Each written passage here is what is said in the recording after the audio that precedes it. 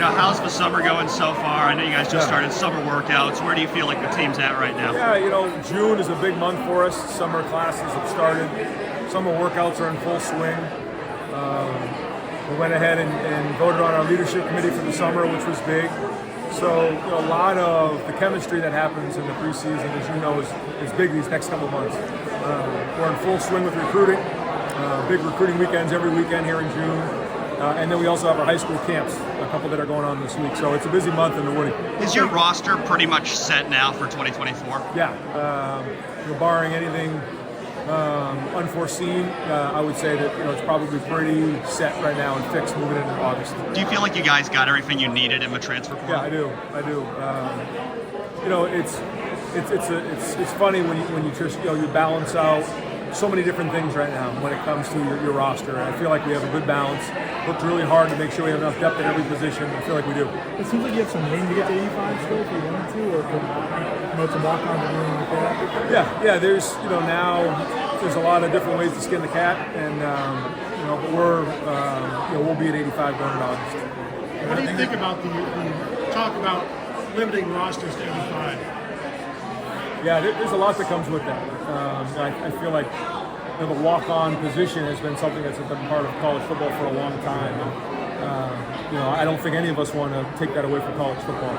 But there also are a lot of things that need to be considered here as we work in the revenue sharing in the year from now. So I know there's a lot to be unpacked there, but I don't think any coach would tell you they want to lose the walk-on position. So I think we need to make sure that we have that in college football moving forward. Do you think this revenue sharing model is good for college football? I do. I think it's the first step in institutionalizing all of this.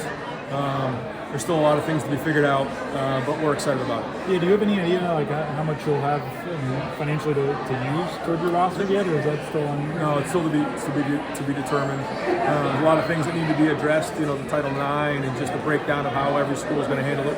Obviously, in particular, how we're going to handle it, but we're not there yet. Maybe this is more of a hypothetical, but how does that change conversations on recruiting when that's now an aspect of things? Well, it doesn't change a lot other than you explain to folks how that may work and that you may have a certain amount of money that you can contract through the revenue share. There's also other avenues where NIL can happen with sponsorships and things like that. But that is going to be a number that we feel like is really going to help our total pot.